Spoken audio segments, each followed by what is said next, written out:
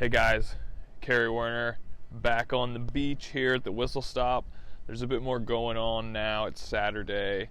The train is about to run. There's kids all over the place doing kid stuff. And we got a day off, so I'm going to bring you yesterday's C2 race recap.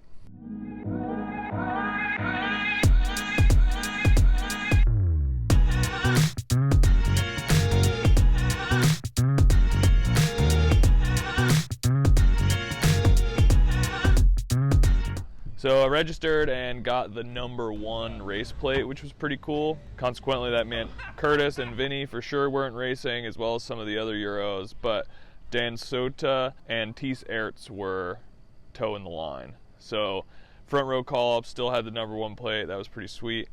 And I don't know if it's cursed or what, but right off the line, slipped my pedal, ended up riding my top tube and going from front row to 40th or 50th, which was not ideal. So I spent the first 3 laps trying to claw my way back to the front group. I connected with the back of it like halfway through the second lap. At that point, Dan and Thies were still at the front of the front group. Nobody had broken away yet, but I was gassed from that effort trying to get up there. And about 3 laps in, they made a move and got away, and I was definitely not able to be anywhere near that. I was still trying to actually get to the front of the race. Regardless, we had a big group of 6 riders that were kind of doing the North American pain train back there. Thies and Dan were just kind of also separated up off the front. So Dan had a gap on Thies, and Thies had 15, 17 seconds on us. Vandenham was really animating the race. He was really strong on all the open power sections, which is kind of the only place that you could really put power down yesterday. So he would come to the front and just really motor through those sections. He did crash at the beginning of the race, maybe 2 or 3 laps in, as he was hopping the barriers, and that kind of made him a little timid. So then he ran them the rest of the race. So keep that in mind, that'll come in handy later. Anyway, those efforts, the big power sections, started to whittle down the front group, and eventually it went from 6 to 5 to 4 to then it was just Vandenham, Tobin, and myself. That was about 4 laps to go. So then Vandenham still, every lap, was really punching hard on those power sections. It was all I could to just stick on his wheel.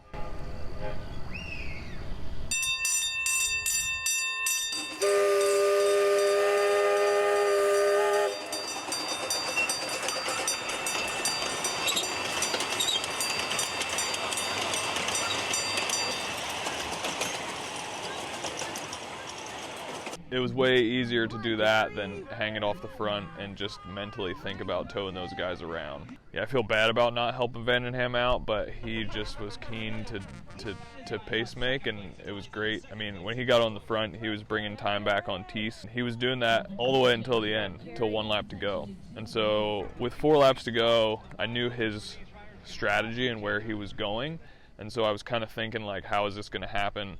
I know Tobin is a crafty racer, especially at the end of the race, so him being there, I was definitely thinking about what his plans were too. He hadn't seen the front of the race at all. He was just kind of sitting pretty back there, so I was kind of keeping him in the back of my mind. We came into the last lap, and Vandenham hit it by pit 1, really, really hard up over the flyover, and then kind of chilled through the technical sections, and then he hit it really hard again on the backside of the course. There's an open section to a flyover and then into the barriers. And like I said earlier, he had been running the barriers after his crash, and I could always make up time and overtake him when he ran and I rode them. And so coming into the barriers the last lap, I knew he was going to run them, and so I came up next to him right before the barriers, hopped them, and then just put in a really big dig out of this climb, out of the barriers, and my plan was to make it into the Trek factory off camber first. I knew if I could do that and ride it clean, that would be the end of the race. There's no really anywhere to pass from then on. Yeah, I managed to do that, and then it was just a nice little flyover booter to really cap things off and take the final podium spot. So it was Dan Sota first, Thies Aertsen second, and me in third on the Trek C2 day. Like I said, it's Saturday, so we're gonna go over the course, check out the World Cup track. I'm gonna spin really easy because I think I dug a little too deep yesterday. And then big World Cup day is tomorrow. So yeah, stay tuned. Thanks for watching.